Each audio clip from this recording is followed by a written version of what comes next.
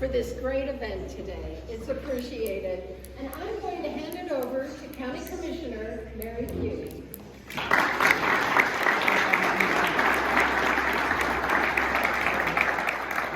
Well, thank you and welcome. I mean, this is quite an awesome facility. I mean, I just have to say, it's so great to be here. When I first became commissioner, it was just one of those things that I didn't know what was going to be happening. So today, I'll talk about it a little bit more. It was just awesome to see this final project here. So thank you all for being here. We appreciate you coming to help celebrate with us today. I do want to just introduce, we have lots of dignitaries in the audience today, so bear with me as I talk through everyone, but I want to make sure that we recognize everyone that is here. So from Central Valley School District, we have Teresa Landa, Deborah Long, Keith Clark, and Cynthia McNeil. So if you would stand.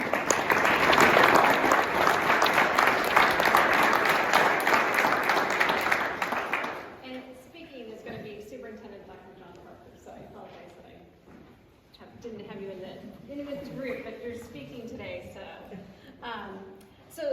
we have Kyle Rydell, who's the superintendent from West Valley School District. In the city of Spokane Valley, I think who I see right now is Tim Hattenberg and Ben Wick.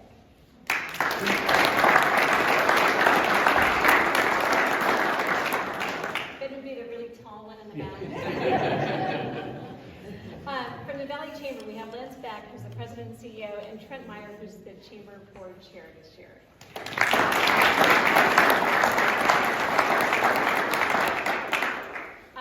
With ALC Architects, there's a group of people, and we have Troy who's going to be speaking, but if you could raise your hands if you're with ALC.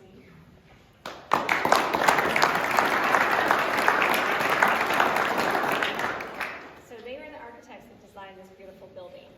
And then I'm not sure if we have the contractors from Lee and Kimball. There we go, okay.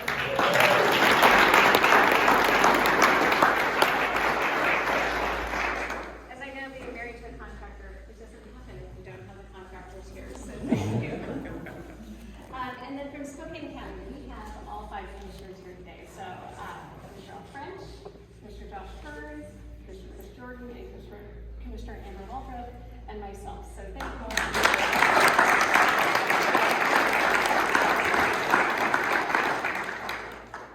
And then we have our CEO, Scott Simmons, and Kyle Tuick, who's our Public Works Director.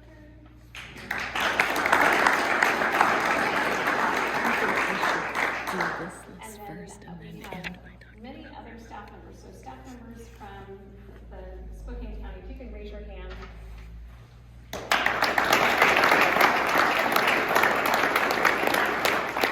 Without the team at Spokane County, none of this happens. So thank you.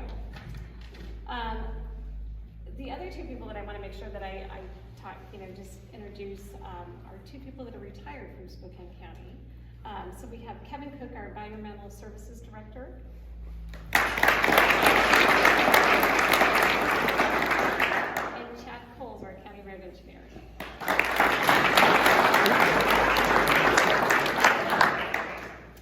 And if I've missed people, there's a lot of other people that are head of organizations and all of that. And so I just want to say thank you again for being here.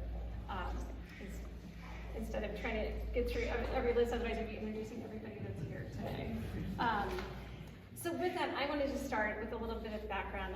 It's hard to believe that 1 year ago on Saturday was our groundbreaking. So in 1 year, we've accomplished this facility.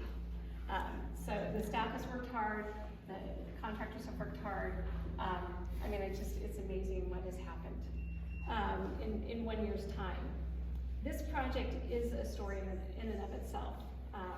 This wouldn't happen without the collaboration between the Morrison family, and I apologize, I should have said, so we have Sherry and Brian. And there he is, okay, Brian, who are the son and daughter of Bud Morrison. Bud Morrison could not be with us today, he's not feeling well, and so they are here, and they'll be speaking on behalf of Bud. So thank you for being here.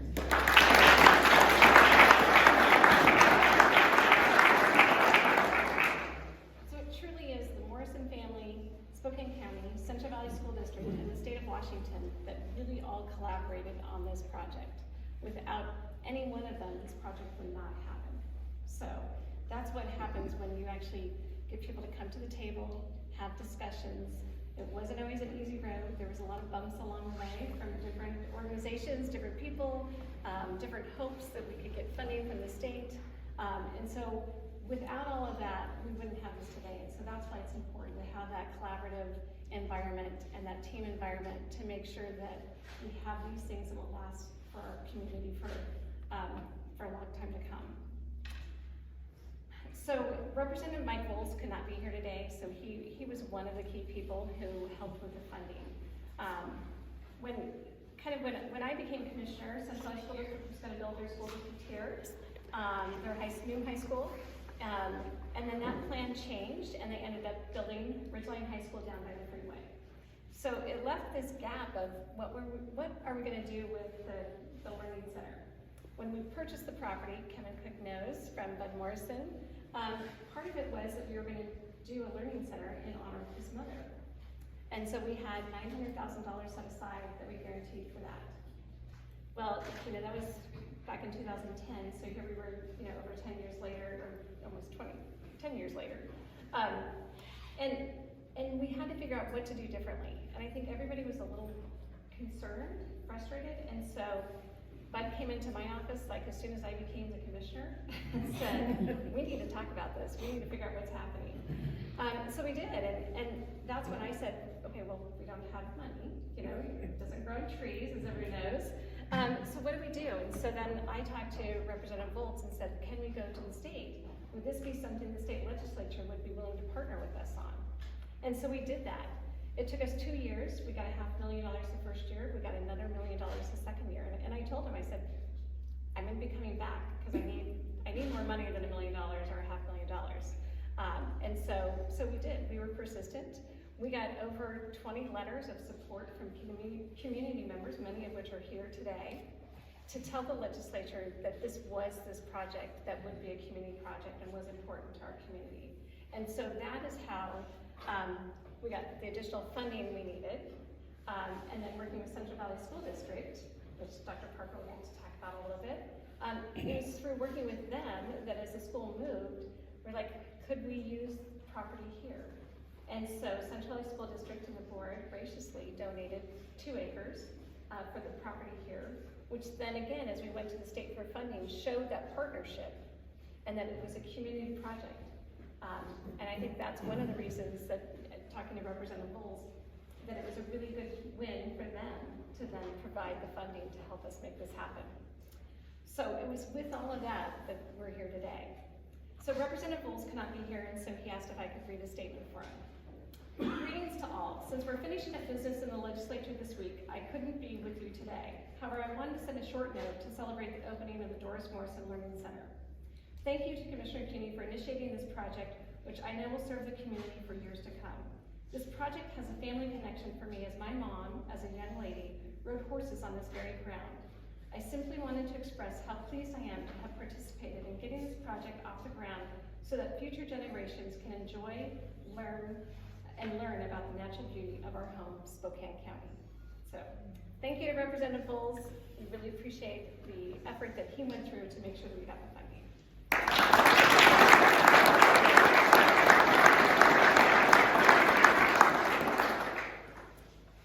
So a little bit of background on Salty Flats. It was once a natural lake that was drained back in the late 1800s for farming and ranching activities. Spokane County has been working on the restoration of the Salty Flats wetlands since 2009. The first phases of the project focus on recreating the wetland habitat by capturing water runoff from nearby Mica Peak and retaining the water.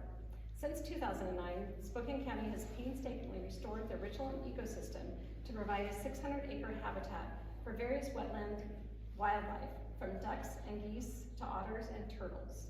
And as you can see on the murals, those are all the things that we do see right out here in the Salty Flats.